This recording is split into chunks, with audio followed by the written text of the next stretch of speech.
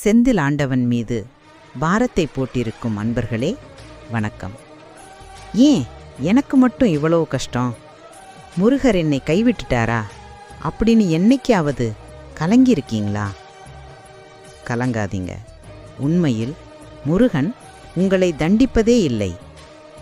ஒரு துணியை ஓங்கி துவைப்பது அழுக்கை நீக்கத்தானே தவிர அதை கிழிப்பதற்கு அல்ல. அதுபோலத்தான் உங்கள் வாழ்க்கையில் உள்ள கர்ம வினைகளை அழித்து உங்களை சுத்தப்படுத்தவே இந்த சோதனை நடக்கிறது. தங்கம் தீயிலிட்டால் தான் ஜொலிக்கும். திருச்செந்தூர் முருகன் உங்களை ஒரு வைரமாக தங்கமாக மாற்ற விரும்புகிறார். அதனால் உங்களை கொஞ்சம் பட்டை தீட்டுகிறார். நடக்க பழகும் குழந்தை கீழே விழும்போது தாய் உடனே தூக்காமல் தூரத்தில் நின்று பார்ப்பது அந்த குழந்தை தன் சொந்த காலில் நிற்க வேண்டும் என்பதற்காகத்தான். முருகனும் அப்படி